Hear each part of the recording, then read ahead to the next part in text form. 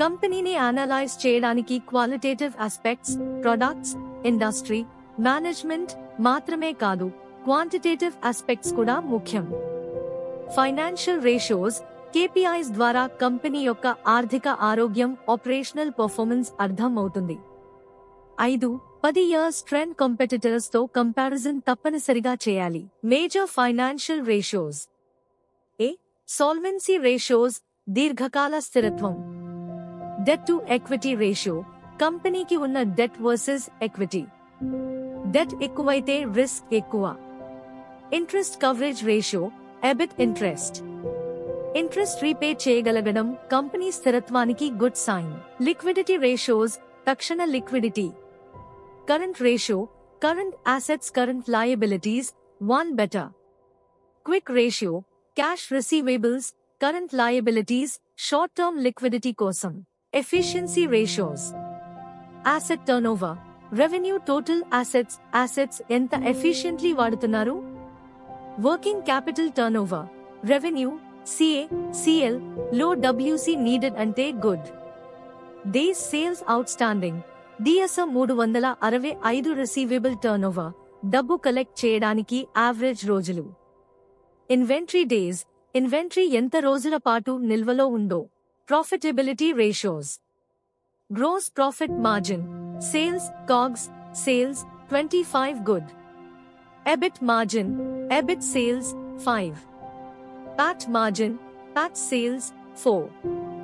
ROE, return on equity, PAT equity 15 good companies. Cash flow ratios, నగదు ప్రవాహం. CFO EBITDA, profits లోకి మారుతున్నాయా? 0.7x okay. CFO net profit 1 ఉండటం best, cash conversion strong అని అర్థం. Common size analysis.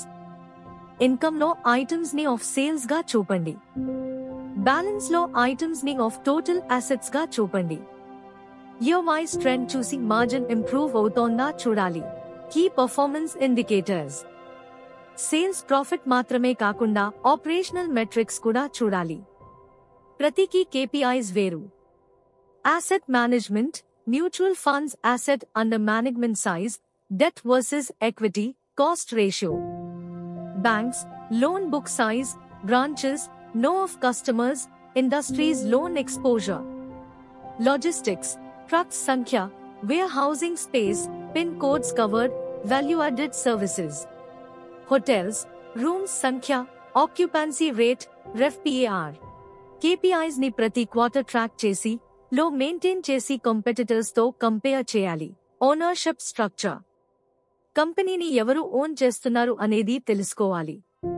Promoters, founders, owners, ఎక్కువ promoter holding positive sign. Institutions, FA, DA, mutual funds, insurance, smart money ఎక్కువ analysis తర్వాతే invest చేస్తారు. Significant investors, renowned experienced investors, వీరి moves చాలా మంది ఫాలో చేస్తారు. పబ్లిక్, రిటైల్ ఇన్వెస్టర్లు యాక్టివ్ రీసెర్చ్ తక్కువగా చేస్తారు. ఓనర్షిప్ ట్రెండ్ చూడాలి. ప్రమోటర్ హోల్డింగ్ గా తగ్గితే రీజన్ చెక్ చేయాలి. ఇన్స్టిట్యూషనల్ హోల్డింగ్ పెరుగుతుంటే స్మార్ట్ మనీ కాన్ఫిడెన్స్ అని అర్థం. KPIs ఓనర్షిప్ డిటరియోరేట్ అయితే రీవాల్యుయేట్ చేయాలి. కీ టేక్అవేస్, ముఖ్య పాఠాలు. Ratios, KPIs ownership trend analysis combine చేసి కంపెనీ హెల్త్ చెక్ చేయాలి. పర్ఫెక్ట్ కంపెనీ ఉండదు, మనంగా ఉన్న కంపెనీస్ సెలెక్ట్ చేయాలి. Cash is king, profit is queen, profits లోకి మారాలి. కంక్లూజన్. మేము qualitative aspects, industry size, competition health, long term outlook మరియు quantitative aspects, financial ratios, KPIs, ownership అన్నీ కవర్ చేశాం. ప్రాఫిటబిలిటీ రేషియోస్ ప్రతి లైన్ ని ప్రభావితం చేస్తాయి, కాబట్టి ట్రెండ్ అనాలిసిస్ ముఖ్యం. KPIs ద్వారా కంపెనీ ప్రోగ్రెస్ ట్రాక్ చేయాలి మరియు ఓనర్షిప్ ట్రెండ్స్ ద్వారా ఎవరు బై సెల్ చేస్తున్నారు తెలుసుకోవాలి. పర్ఫెక్ట్ కంపెనీ ఉండదు, మనం అంగీకరించగలిగిన రిస్క్ స్ట్రెంగ్స్ తో కంపెనీస్ సెలెక్ట్ చేయాలి.